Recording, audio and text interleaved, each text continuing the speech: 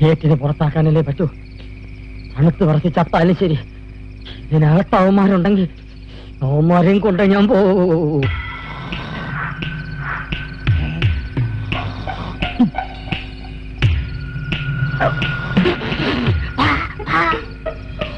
പൗർണമി ആയോണ്ട് നല്ല നിലാവുണ്ട്. നിർത്താൻ കാണണമെങ്കിൽ തുടക്കം മുതലേ കാണണം.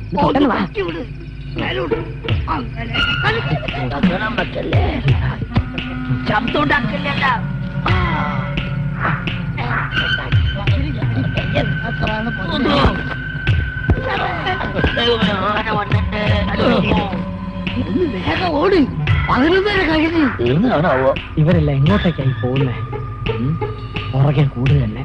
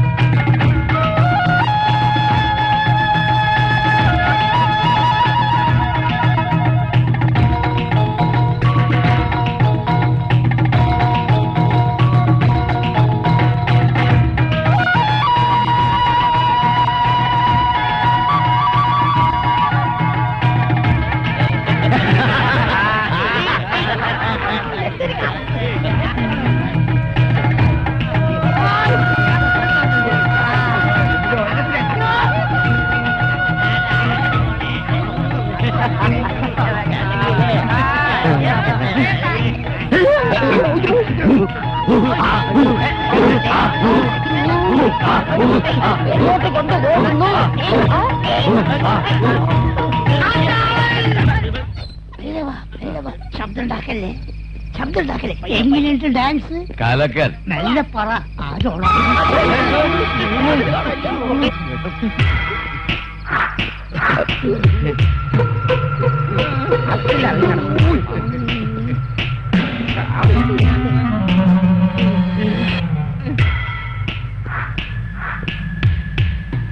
അർദ്ധരാത്രി മതില് ചാടി തെണ്ടാൻ നടക്കണോ? ഞങ്ങള് കാറ്റ് കൊള്ളാൻ പോയതാ. കാറ്റ് പോകാൻ കാലത്താ ഒരു കാറ്റ് കൊള്ളല്. നാളല്ലല്ലോ ഈ വയസ്സുകാലത്ത്. അപ്പൂപ്പന്മാരുടെ മക്കളുടെ മക്കൾക്ക് വരെ കല്യാണപ്രായം എത്തിക്കാണുമല്ലോ. എന്നിട്ടും വേണോ ഇളക്കാം? നിങ്ങളെ ഞാൻ അന്നേ നോട്ട് ചെയ്തിരുന്നു. ഇതിന്റെയൊക്കെ ലീഡർ നിങ്ങളല്ലേ? ഞാനല്ല, ഇങ്ങേരാ.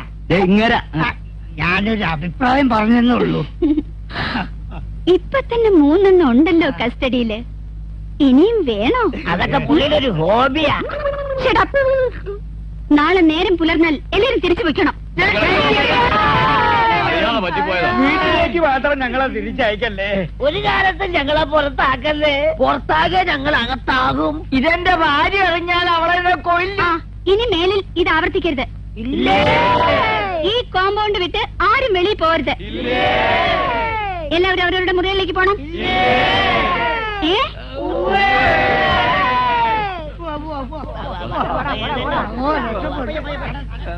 നിങ്ങൾക്കും വരാമായിരുന്നില്ലേ? നല്ല രസമുണ്ടായിരുന്നു കാണാൻ. എവിടെ പോയി എല്ലാവരും? എവിടെ പോയി? അയ്യോ, ചാലസുന്ദരം! ചാലുകൈ കുളിർക്കുജങ്ങളും കുളിച്ചാലസൻ മുഖമുയർത്തി നീണ്ടത് ആലുവ പുഴയിൽ അമ്പുജാക്ഷിമാർ. ഞാൻ പറയാം.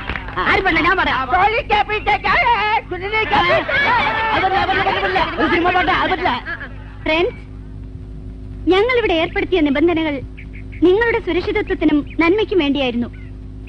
എന്നാൽ അത് നിങ്ങളെ വിഷമിപ്പിച്ചെന്ന് മനസ്സിലാക്കാൻ ഞങ്ങൾ വൈകിപ്പോയി. അതിന്റെ പ്രതികരണമായിരുന്നല്ലോ ഇന്നലത്തെ പ്രകടനം. ഇത്തരം ഒരു അവസ്ഥയിൽ നിങ്ങൾക്ക് സന്തോഷകരമായ ഒരു കാര്യം പറയട്ടെ. നാളെ രാവിലെ 10 മണി മുതൽ വൈകിട്ട് 5 മണി വരെ നിങ്ങൾക്ക് പുറത്തു പോകാം. ഇഷ്ടമുള്ളിടത്ത് ഇഷ്ടം പോലെ.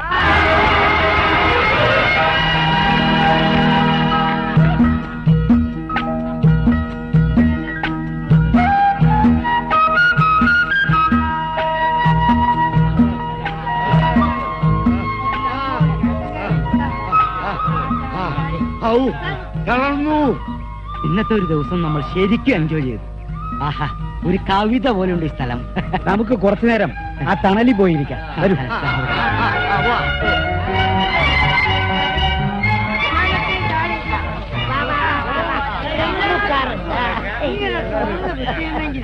അതെ.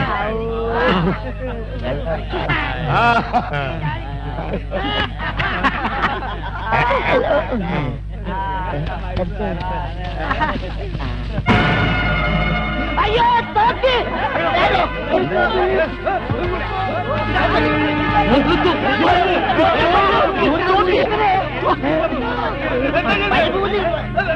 വളരെ സൂക്ഷിക്കണം. ഇതൊക്കെ ഇല്ലീഗൽ വെപ്പൺസാ. ആരോ ഒളിപ്പിച്ചു വെച്ചിട്ടുള്ളതാ. എല്ലാം കൂടി എടുത്തിട്ട് പോയാലോ?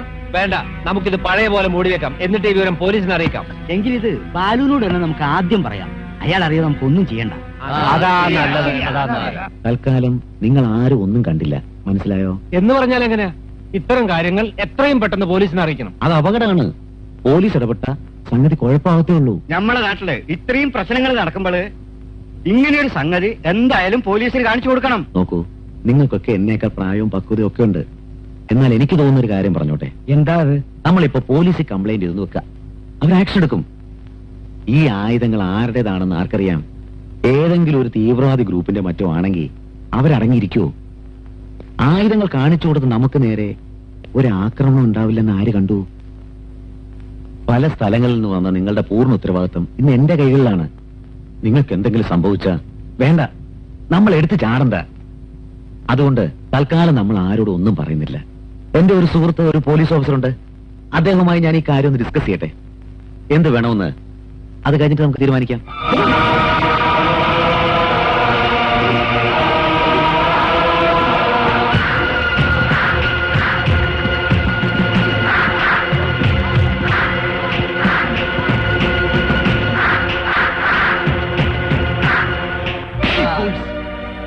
ഉത്തരവാദിത്തമില്ലാത്ത നായ്ക്കൾ. മറ്റുള്ളവർ കാണുന്നിടത്ത് വലിച്ചെറിയാനല്ല ആയുധങ്ങൾ നിന്നെ ഏൽപ്പിച്ചത്. ഒളിപ്പിച്ചു വെച്ചിരുന്നതാ. അതെ, പിന്നെ എങ്ങനെ അവരത് കണ്ടു? അത് നമ്മൾ കൊണ്ടുവന്ന അതേ കിഴവന്മാര്. നിന്നെയാണ് ഞാനത് ഏൽപ്പിച്ചത്. നീ അതിന് മറുപടി പറഞ്ഞേ പറ്റൂ.